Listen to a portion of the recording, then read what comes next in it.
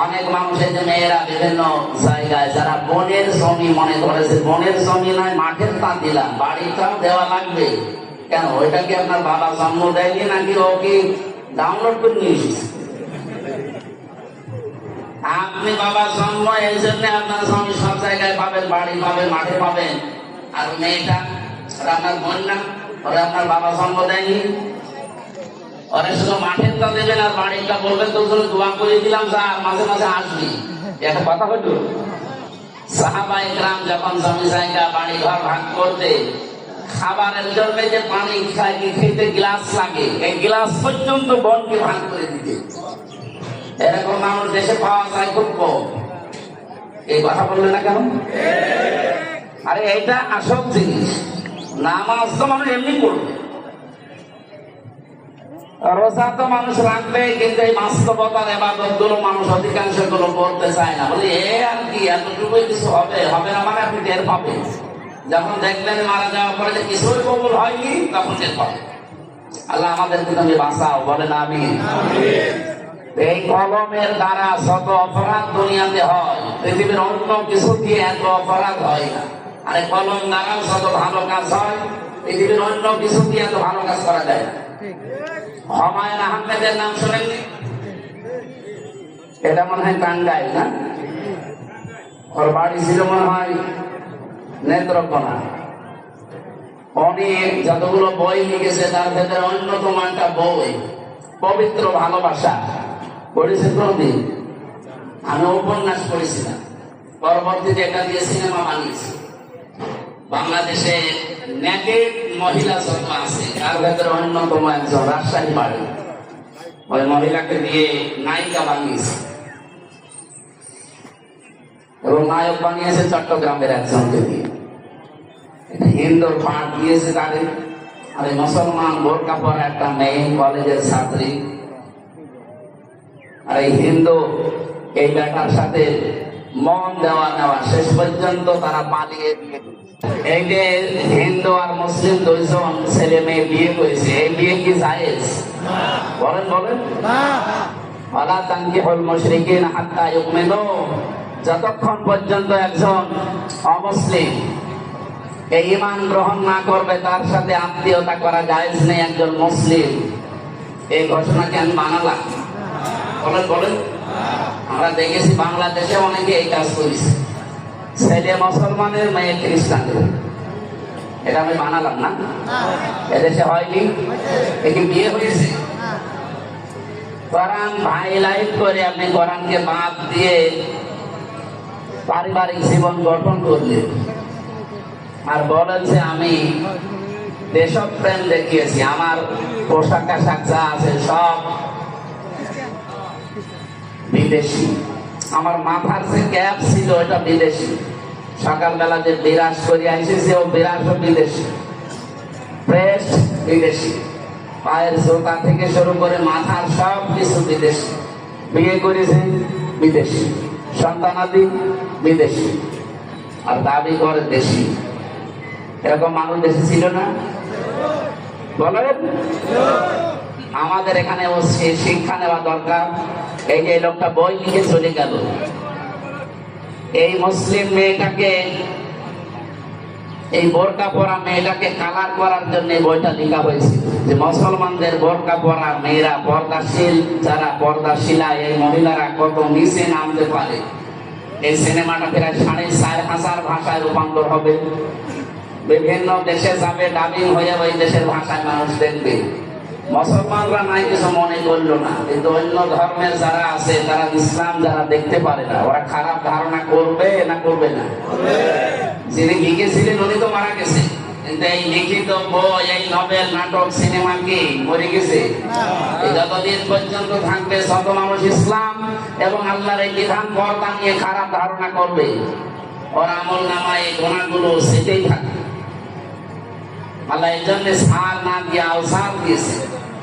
আপনি হয়তো মারা যাবেন, আমার এই যে 33 বছর বয়স, 33 বছরে যদি আমি 33 মন গোনা করে মারা যাই, ওই গোনার বোঝা আল্লাহ আমার মাথার উপরে চাপিয়ে দিলে তো আমার বিচার শেষ হয়ে যাওয়ার কথা। কিন্তু আমার মাথার উপর যদি কিয়ামত আসতে আসতে 33,000 মন গোনা আল্লাহ ছাপিয়ে দেয়। আমার কথার অর্থ বুঝেছে? ওই যে উনি কলম দিয়ে যে লিখেছিল মারা গেল, উনি হয়তো মারা গেছে 70-80 বছর বয়সে, 80 মন গোনা নিয়ে। কিয়ামত আসতে আসতে এটা 80,000 মন হবে না? এরকম কোন কাজে যেন আমরা জড়িত না হয়, খালি সাদগায়ে জারিয়ার নাম শুনি। এর পাশাপাশি যে গোনায়ে জারিয়াও আছে, অনেকে আমরা জানি না। খালি সাদগায়ে জারিয়া আছে, গোনায়ে জারিয়া নেই। এটা না, আমার কথা ছিল সর্বপ্রথম আল্লাহ যেহেতু কলম বানিয়েছে, আর কলম দিয়ে যত ভালো কাজ এবং মন্দ কাজের সূচনা হয়, আমরা কলমের ব্যবহার সঠিকভাবে করতে চাই। আগামীতে কোনো জায়গায় কোনো কিছু লিখলে সঠিকটা লিখবে। আজকের প্রধান আলোচক উনি কেন্দ্রীয় সদস্য বাংলাদেশ মাজলিসুল মুফাসসিরিন, এটা আলেমদের একটা সংগঠন সারা বাংলাদেশে। এই জন্য জেলার সহসভাপতি এই নিম্ন পদটা দেওয়ার আর দরকার নেই। আল্লাহ তার আলোচনা কবুল করেন। সার্বিক তত্ত্বাবধানে যিনি আছেন জনাব আমিনুল ইসলাম, জনাব ফরহাদ আলী। এই মাহফিলে উপস্থিত আছেন মাওলানা হোসাইন আহমেদ মাহফুজ সহ নাম না জানা বহু আলেম ওলামা আছে। বিশেষ করে আপনাদের 201 গম্বুজ মসজিদ, এই টাঙ্গাইল জেলা অন্য কেউ অনেকে না চিনলেও এই মসজিদটা অন্তত চিনি।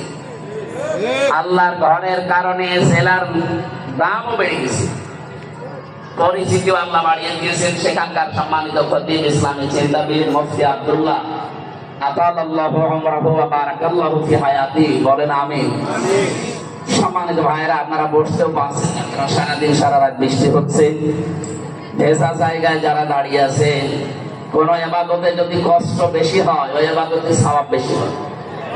আমার মনে হয় এটা যদি আরামে শান্তি নিয়ে বসে শুনতে পারতেন, যে সওয়াব হয়তো আজকে ডবল সওয়াব হবে। কি কথা বলেন না কেন? এখানে কষ্ট যারা করছেন, স্বীকার করলেন, আপনাদের সওয়াব যেন আল্লাহ পরিপূর্ণ করে ডবল করে দেয়। আরো জোরে বলেন। পৃথিবীতে 3টা কাজে সওয়াব ডবল হয়, আর 3টা কাজে গুনাহ ডবল হয়। 3টা কাজে সওয়াব বেশি হয়, ডবল হয় কোন কাজে? তার 1 নম্বরে কোরআনের জন্য যদি কেউ কষ্ট করে, ওই কষ্টের জন্য আল্লাহ তাকে সওয়াব ডবল দেবে। জিহাদের ময়দানে যদি কেউ কাজ করে, ওই জিহাদের কারণে আল্লাহ তার সওয়াব দেবেন ডবল। পরিবারস্থ লোকদের জন্য কোন মানুষ যদি দুনিয়াতে কাজ করে, পরিবারের মুখে হালাল খাবার তুলে দেওয়ার জন্য যারা শ্রম দেয়, কষ্ট করে, আল্লাহ তাদেরও সওয়াব, উজরত, পারিশ্রমিক ডবল দেবে। সিস্টেম অফ বিষয় দেখুন, এই দুনিয়াতে যারা 3টা অপরাধ করবে, ইবাসুলাহুল আযাবু ইয়াউমাল কিয়ামাহ ওয়া ইয়াখলুদ ফীহি মুহানা। সূরা ফুরকানের ভেতরে আছে ৭০ নম্বর আয়াতে আল্লাহ জানিয়েছেন, এই পৃথিবীর ময়দানে শেষ করার পরে কিয়ামতের দিন তাদের এই শাস্তিগুলো আমি আল্লাহ ডবল করে দেব, এবং নিকৃষ্ট একটা জায়গায় অবস্থান করার জন্য তাদেরকে পাঠাবো। চিরকাল সেখানে তারা থাকবে। এই যে 3টা অপরাধের শাস্তি ডবল হবে, আমাদের জীবনে যেন এগুলো না আসে। ওয়াল্লাযীনা লা ইয়াদউনা মা'আল্লাহি ইলাহান আখার। 1 নম্বরে দুনিয়াতে যারা আল্লাহকে ডাকে, কিন্তু তার পাশাপাশি অন্য কাউকে ডাকে। আপনি আল্লাহকে একেবারেই ডাকে না, তাআলা ওয়াল্লাযীনা লা ইয়াদউনা মা'আল্লাহ, মা মানে সঙ্গে সাথে। আল্লাহকে ডাকে ইলাহান আখারা, কিন্তু অন্য কাউকে এর সাথে তারা জড়িয়ে দেয়। আর এই গুনাহটা সবচাইতে বেশি বাংলাদেশ আর ভারতে। কি ঘুমাচ্ছেন আপনারা? আজকে থেকে আপনি আল্লাহকে ডাকবেন, পাশাপাশি অন্য কাউকে ডাকা যাবে না। বিভিন্ন দরগায়, বিভিন্ন মাজারে, কত জায়গায় দেখবেন দরবারে আল্লাহকে ডাকছে, পাশাপাশি আর একজনকে জুড়ে দেয়। এটা ব্রাহ্মণবাড়িয়া, কুমিল্লা এলাকায় বেশি পাবেন। কিছুক্ষণ আল্লাহর নামে ডাকাডাকি করার পরে দেখবেন আলী বাবা, শাহ আলী বাবা, আল্লাহ বাবা, ফতে বাবা, খাজা বাবা, ন্যাংটা বাবা পর্যন্ত বলে। একটা মানুষ যদি ন্যাংটা হয়, ওরে দেখলে আপনি বাবা বলবেন না, তাড়িয়ে দেবেন, সেটাও অনেকের কাছে বাবা। এই যে আপনি আল্লাহর নামের পাশাপাশি কিছুক্ষণ পরে অন্য কাউকে ডাকলেন, আপনার শাস্তি ডবল হবে। আপনি বুঝে ডাকেন আর না বুঝে ডাকেন। যেহেতু এতদিন অনেকে জানতেন না, আজকে জানলেন। এমনকি সূরা আরাফের ভেতরে কড়া নিষেধ, ওয়ালিল্লাহিল আসমাউল হুসনা ফাদউহু বিহা ওয়া যারুল্লাযীনা ইউলহিদুনা ফি আসমাই। সূরা আরাফের 181 নম্বর আয়াতে আছে, রব্বুল আলামিন বলেন, এই পৃথিবীর ময়দানে আমার বহু সুন্দর সুন্দর নাম আমি পাঠিয়েছি, ডাকো, যে নামে পারে ডাকো। কিন্তু সাবধান, আমার নামকে যারা ইলহাদ করেন, যারা পরিবর্তন করে দেয়, উল্টা পাল্টা করে ডাকে, তাদের সাথে ডাকবা না। এজন্য আল্লাহকে ডাকতে হলে তার নির্ধারিত যে নামগুলো আছে, আল্লাহর নাম আছে তাফসীরের ভেতরে প্রায় 5000, আর ওই কায়দা পড়তে গিয়ে পাবেন কমপক্ষে 99টা। যে কোনো নামে আমরা ডাকতে পারি আল্লাহকে। ইয়া রহমান বলেন, ইয়া রহিম বলেন, ইয়া গফুর বলেন, ইয়া গফফার বলেন, কিন্তু ইয়া আলী বাবা বলা যাবে? বলেন বলেন। আপনি আল্লাহর জিকির করতে হলেও স্পষ্ট ভাবে করবেন, এলহাদ যেন না হয়। আল্লাহু আকবার বলবেন, শুধু আকবার আকবার বলে জিকির নেই। সুবহান আল্লাহ বলে জিকির করা লাগবে, সুবহান সুবহান বলে কোনো জিকির নেই। আলহামদুলিল্লাহ, শুধু আলহাম বলে হবে না। লা ইলাহা ইল্লাল্লাহ, লা ইলাহা কোনো জিকির নেই। আছে? বলেন বলেন। এই কালিমাকে খণ্ডন করা যাবে না, পুরাপুরি করবেন। লা ইলাহা ইল্লাল্লাহ, জবান বলে কালিমাটা পড়েন, লা ইলাহা ইল্লাল্লাহ, লা ইলাহা লা ইলাহা ইল্লাল্লাহ, লা ইলাহা ইল্লাল্লাহ মুহাম্মাদুর রাসূলুল্লাহ। জিকিরের যে 4টা শব্দ বললাম, যদি জিকির করতে চান জীবনে এই 4টা শব্দ দিব।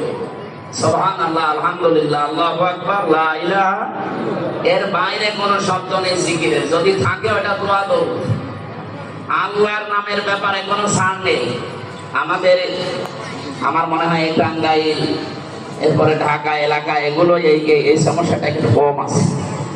তারপরেও সচেতন করলাম, যদি এরকম কোন ভ্রান্ত ধারণা কেউ থাকে, আপনার শাস্তি কিন্তু ডবল হবে।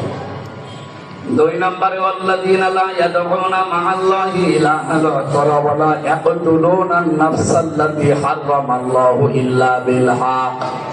এই পৃথিবীতে যারা অন্যায় ভাবে মানুষকে হত্যা করে, এটা দেশে ছিল না? কিছু না করলেও 2732 জনের তালিকা সরকারি ভাবে প্রকাশ হয়েছে। এইটা তো হত্যাকারী। আপনি সরাসরি করেছেন অথবা ইঙ্গিত দিয়েছেন। কথা বলেন না কেন? হত্যার সাথে যারা জড়িত তাদের শাস্তি ডবল হবে। এখান থেকে যদি পরিত্রাণ পেতে চান, যারা হত্যার সাথে জড়িত, এই 54 বছরের হিসাবে বলছি, যারা হত্যার সাথে জড়িত মানুষকে অন্যায় ভাবে, 1 নম্বরে আপনি 10 বছর, 20 বছর, 30 বছর জেল খাটলেই মাপ পাবেন না। এটা সরকারের হিসাব। আর আল্লাহর হিসাব হচ্ছে, যাকে মেরে ফেলেছেন তার বাবার কাছে, তার ছেলের কাছে, তার মা বাবা, স্ত্রী, সন্তান, এদের কাছে আপনাকে মাপ চাওয়া লাগবে। ওরা যদি বলে না 50 লাখ টাকা দিতে হবে, আপনাকে তাই দেওয়া লাগবে। আমার কথা বোঝা গেছে? আমাদের দেশে যদি এটা থাকতো না, এই হত্যা কমে যেত। মানুষ মেরে ফেলে একেবারে অন্যায় ভাবে, পিটিয়ে ধরে নিয়ে যায় পুলিশে, জেলখানায় দেয়। কিছুদিন পরে দেখা যাচ্ছে ফাঁসির আসামি ছিল, তারপরও বের হয়ে চলে আসে। এমনকি 15.5 বছরে বহু মানুষ রাষ্ট্রপতির বিশেষ ক্ষমায় বের হয়ে গেছে। না, হত্যার যে বিচার, এটা বাংলাদেশে দরকার। আল্লাহ তো জানে মানুষের দুর্বল জায়গা কোনটা। এই অবৈধ হত্যা বন্ধ করার জন্য শুধু ওয়াজ করে সম্ভব না, এটা আইন পাস করে ওটা কার্যকারী ভূমিকা দেওয়া দরকার। স্বাধীন হওয়ার পর থেকে যদি সংসদে এই আইনটা থাকতো, কুতিবা আলাইকুমুল কিসাসু ফিল কাতলা, তাহলে এই দেশে এই 54 বছরে যত অবৈধ হত্যা হয়েছে, একটাও হতো না। আপনি জানেন অবৈধ একটা হত্যা করার পরে তার পরিবারের অবস্থা কি হয়? তিন নম্বরে ওয়ালা ইয়াসনুন, তারা জেনা করে না। এই জন্য জেনার শাস্তি কিন্তু ডবল। যারা দুনিয়াতে জেনা করবে, জেনা শুধু লজ্জার স্থানের চাই না, হাতের আছে, মুখের আছে, চোখের আছে, হৃদয়ের আছে, বিভিন্ন জেনা আছে। জেনাগুলো থেকে আমরা মুক্ত থাকবো ইনশাআল্লাহ। তাহলে তিনটা কাজে সওয়াবও হয় ডবল, তিনটা কাজে শাস্তিও হয়। আল্লাহ আমাদেরকে মেনে চলার তৌফিক দিন, আমিন। আজকের তেলাওয়াত কিন্তু আয়াত আপনাদের পরিচিত সবাই, আমার মনে হয় অনেকেই মুখস্থ আছে। সূরা মাউন 7টা আয়াত দিয়েছেন আল্লাহ, গুরুত্বপূর্ণ কিছু তথ্য দিয়েছেন এই আয়াতের ভেতরে। ইনিশিয়েটিভ মসজিদের জন্য দিয়ে দেন, মুক্ত হস্তে আগে দান করেন, এরপরে আমরা সূরা মাউন থেকে কথা বলা আরম্ভ করব। তো আপনাদের যদি স্বেচ্ছাসেবক থাকে তাড়াতাড়ি দেন, আপনারা একটু টাকা বের করে রাখেন যদি দিতে চান। মসজিদ মনে হয় এখনো কমপ্লিট হয়নি, তৈরি হচ্ছে। একটু দয়া করে যারা যাচ্ছে তাদের কাছে তাড়াতাড়ি 2-4 মিনিটে শেষ করবেন, আমরা শেষ করব, আরম্ভ করবো ইনশাআল্লাহ। সুবহানাল্লাহ, সেই হিসাবে আমরা একটু ফল খেয়ে নি, বলেন তো সুবহানাল্লাহ, আলহামদুলিল্লাহ, লা ইলাহা ইল্লাল্লাহ, সুবহানাল্লাহ, আলহামদুলিল্লাহ, লা ইলাহা ইল্লাল্লাহ। হ্যাঁ, যে যেখানে যা পেয়েছেন কমিটির কাছে জমা দেন। লা ইলাহা ইল্লাল্লাহু মুহাম্মাদুর রাসূলুল্লাহ। টাঙ্গাইলবাসী সূরা মাউন, মাউন শব্দের শাব্দিক অর্থ ব্যবহারিক জিনিসপত্র। রব্বুল আলামিন বলেন আরাআইতাল্লাযী ইউকাযযিবু বিদ্দীন, আরাআইতা হরফে ইসতিফহাম, প্রশ্নবোধক চিহ্ন, এটা ইন্টারগেটিভ সেন্টেন্স। আল্লাহ প্রশ্ন দিচ্ছেন, হে নবী আপনি কি দেখেছেন ওই মানুষগুলো যারা কিয়ামতের দিন যে বিচার হবে এটা বিশ্বাস করে না, কিয়ামত যে আছে এটা বিশ্বাস করে না, আপনি কি এরকম মানুষ দেখেছেন? ঈশ্বর নবী বলেন, কই আমার সাথে যারা চলাফেরা করে, আমার আশপাশে থাকে, এদের ভেতরে তো আমি আচরণ পাই না। এরা তো মনে হয় যে কিয়ামতে বিশ্বাসী। এখানে আমরা যারা আছি কিয়ামত হবে বিশ্বাস নেই, কার হাত বলেন তো? আছে? নেই। তার মানে এখানে নারী পুরুষ যারা আছে, অন্য ধর্মের হয়তো লোক নেই, এই জন্য আমরা বিশ্বাস করলাম যে কিয়ামত হবে। এমনকি হিন্দু ভাইরা যারা আছে তারা কিয়ামত হয়তো বিশ্বাস করে না, কিন্তু পুনরুত্থান বিশ্বাস করে, আমাদের আবার ওঠা লাগবে। এইটাই তো আমরা বিশ্বাস করি যে আমাদেরকে আবার ওঠা লাগবে। ওদের বিশ্বাস হচ্ছে পৃথিবীতে আমাদেরকে আবার ফেরত পাঠানো হবে, আমাদের ভালো কাজ মন্দ কাজের কারণে। ভালো কাজ করলে ভালো ভালো মানুষ করে পাঠাবে, আর মন্দ কাজ করলে কুকুর শিকার বিড়াল করে পাঠাবে। তা আমাদের বিশ্বাস আমাদের মারা যাওয়ার পরে আবার ওঠা লাগবে। সুম্মা ইলাইনা তুরজাউন, এরপরে আবার ফিরে যাওয়া লাগবে আল্লাহর কাছে। সাহাবীরা জিজ্ঞাসা করলেন, হে নবী কিয়ামত নাযিল হওয়ার পরে আল্লাহ কি আপনাকে আর কিছু জানিয়েছে? নবীজি বললেন, এ পর্যন্ত নাযিল হওয়ার পরে ফেরেশতা জিবরাইলের সাথে আমার কথোপকথন হচ্ছিল যে কই আমি তো কিয়ামতের অবিশ্বাসী মানুষ আমার সামনে পাই না, আমার আশপাশে যারা আছে এরা তো সব দেখি কিয়ামতে বিশ্বাসী। রব্বুল আলামিন বলেন, না ফাযালিকাল্লাযী ইয়াদউল ইয়াতীম, হে নবী কিয়ামত বিশ্বাস করে না ওই মানুষগুলো যারা এতিমের গলায় ধাক্কা দেয়। আর টাঙ্গাইলবাসী এতিম মানে কি? আমরা অনেকেই মনে করি মা বাবা যাদের নেই এরা এতিম।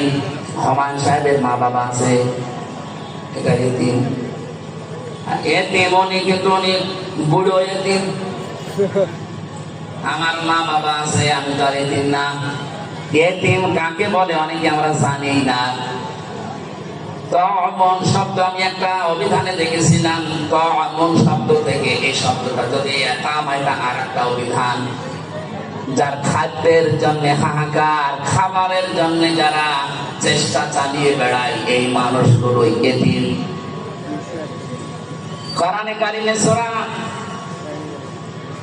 তালাবের ভেতরে আমি তাফসীর পড়তে গিয়ে একটু আশ্চর্য হয়ে গেছি। এখানে আমার নিজের কাছে আল্লাহ পাক বলেন দুনিয়াতে সফল হওয়ার জন্য কত মানুষ কত লাইনে কাজ করে।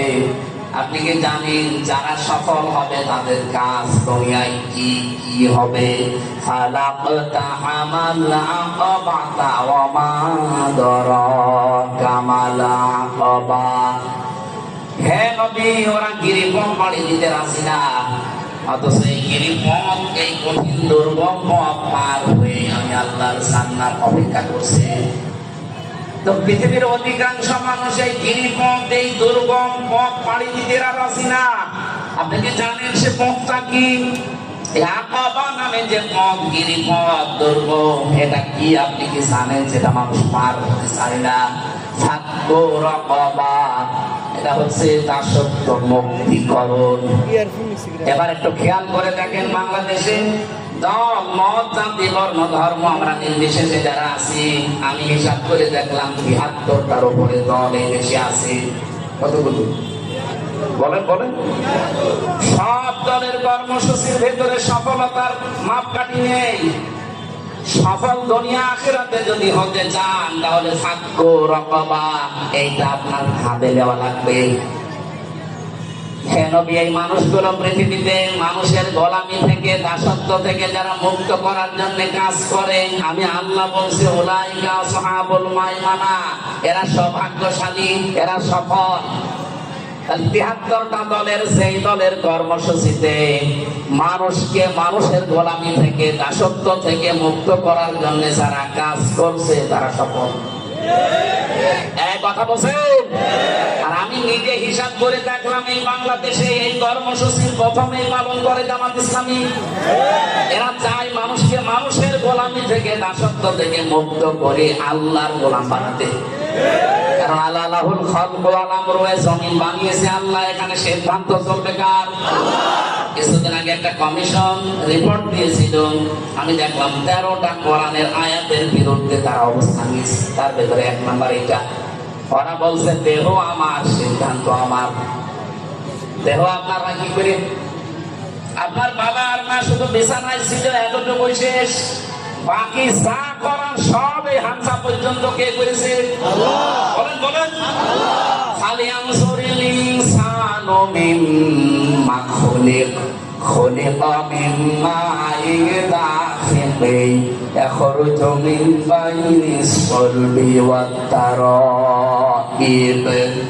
রাব্বুল আলামিন বলেন, হে পৃথিবীর মানুষেরা, একটু নজর করে দেখো না কি কি বানালাম। বাবার স্ফটিক দিয়ে দ্রুত গতিতে বের হয়ে যাওয়ায় না পাক পানি দিয়ে আমি আল্লাহ তোমারে বানিয়েছি। আল্লাহ এখানে সলবন ১ বছর দিয়েছেন, আর তারাইব দিয়েছেন ২ বছর। আরবি গ্রামার আমি পড়েছি, এই অভিধানগুলো দেখতে গিয়ে দেখলাম সলবন এটা পুরুষের লজ্জাস্থানকে বলে, আর তারাইব এটা মেয়েদের লজ্জাস্থানকে বলে। বলেন তো, মানুষ তৈরি করার জন্য মা বাবা ২ জনের লাগে না ১ জন হলেই হয়? বলেন বলেন? কিন্তু বাবার ক্ষেত্রে আল্লাহ ১ বছর দিলেন কেন? আর মায়ের ক্ষেত্রে বহু বছর দিলেন? বহু বছর দিয়েছেন, ২ বছরও না। বহু বছর হয় তখন যখন ২ এর অধিক হয়। আল্লাহ বাবার ক্ষেত্রে ১ বছর দেওয়ার কারণ, বাবা শুধু বিছানায় ছিল এই এতটুকুই। কিন্তু মায়ের যেটা পেটে যে বহন করে ১০ মাস ১০ দিন, আজ পর্যন্ত কোন বাবা এটা টের পায়নি। পেয়েছে? ২ নম্বরে ডেলিভারির যে কষ্টটা, বিজ্ঞান এখন কষ্ট পরিমাপ করতে পারে, যে কষ্ট কি করে আপনি পান।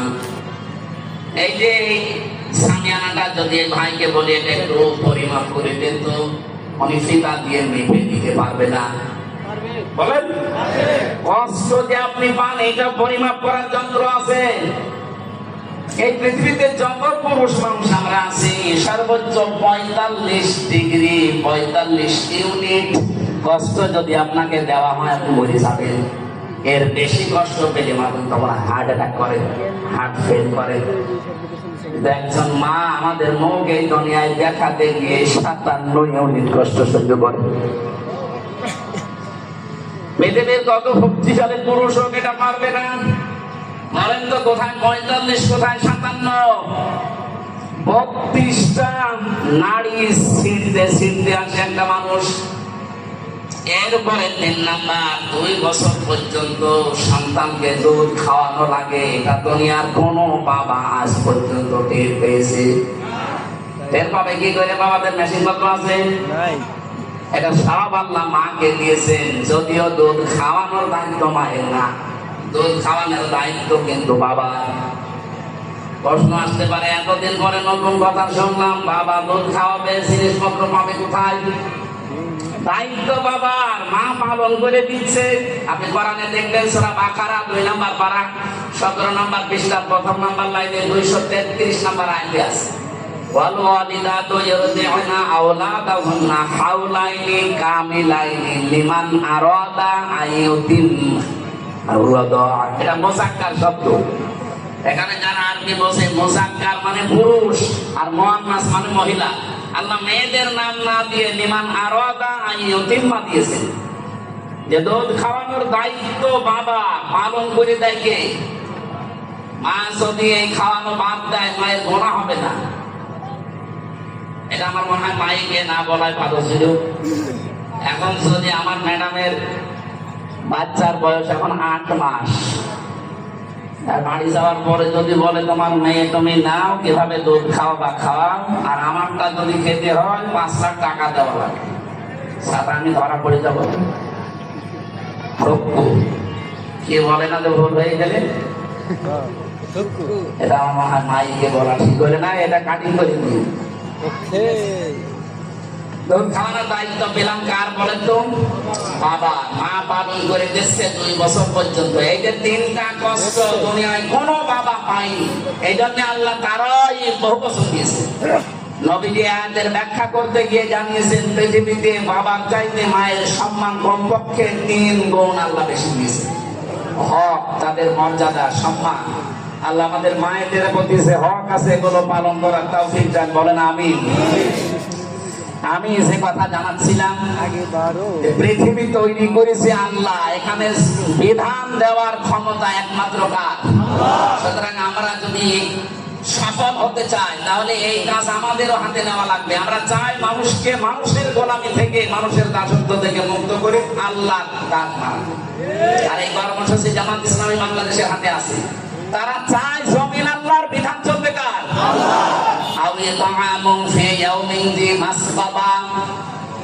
যে মানুষগুলো অসহায় নিঃস্ব, তাদের খাবারের ব্যবস্থা যারা করে, এই কর্মসূচিও আমরা দেখি যারা একামতে দিনের দায়িত্ব পালন করে তাদের আছে। আগস্টের 5 তারিখের পরে কত জায়গায় বন্যা, জলোচ্ছ্বাস, কত জায়গায় দুর্ভিক্ষ পর্যন্ত লেগেছিল ফেনীতে, কুড়িগ্রামে। এই দেশে সবাই কম বেশি চেষ্টা চালিয়েছে, বাংলাদেশ জামাত ইসলামী সর্বোচ্চ এগিয়ে গেছে। কারণ তারা জানে সফল হতে হলে এই কর্মসূচি হাতে নেওয়া লাগবে। আমিরা জামাতের কর্মজীবন দেখেন না আপনারা? মুরব্বী মানুষ, 60, 62, 64 বছর বয়স, দাড়িগুলো পেকে, চুল পেকে সাদা হয়ে গেছে।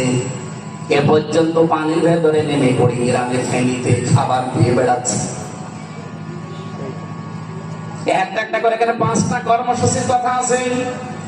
আমার যেহেতু আরেকটা কাজ আছে, এই জন্য আমরা খুব তাড়াতাড়ি করছি। কিয়ামত তারা বিশ্বাস করে না যারা এতিমের গলায় ধাক্কা দেয়, এতিমের খাবারের ব্যবস্থা করে না। এতিম আঙ্গা মাকরাবা, নিকট আত্মীয়র ভেতরে যারা এতিম অসহায়, এই মানুষগুলোর পেছনে পাশে দাঁড়ানোর কথা আল্লাহ জানিয়েছেন কোরআনে। এরপরে ফাযালিকাল্লাযী ইয়াদউল ইয়াতীম দেওয়ার পরে দিয়েছেন ওয়ালা ইয়াহুদ্দু আলা তুআমিল মিসকিন। হে নবী, যারা মিসকিনকে খাবার দেয় না, এখানে সাকাম থেকে এসেছে শব্দটা। বসবাস করার জায়গা নেই যাদের, এই মানুষগুলোকে ঘর নেই, এদেরকে মিসকিন বলা হয়। যারা মানুষের মাথা গোঁজার ঠাঁই তৈরি করে দেয়, কিন্তু বাস্তবতা আমরা দেখি অনেকের ঘর আরো কেড়ে নেয়। তার মাথা গোঁজার ঠাঁই তৈরি করে দেওয়া, এতিম অসহায় যারা মিসকিন, এই মানুষগুলোকে নিজে খাবার দেওয়া, খাবারের জন্য উৎসাহ তৈরি করা। এই কর্মসূচিগুলো আমরা দল মত নির্বিশেষে যেন হাতে নিতে পারি, তাহলে আপনি কিয়ামতে বিশ্বাসী। আর যদি এই কাজগুলো না করেন, আপনি যতই নামাজ পড়েন, রোজা রাখেন না, আপনি কিয়ামত বিশ্বাস করেন না।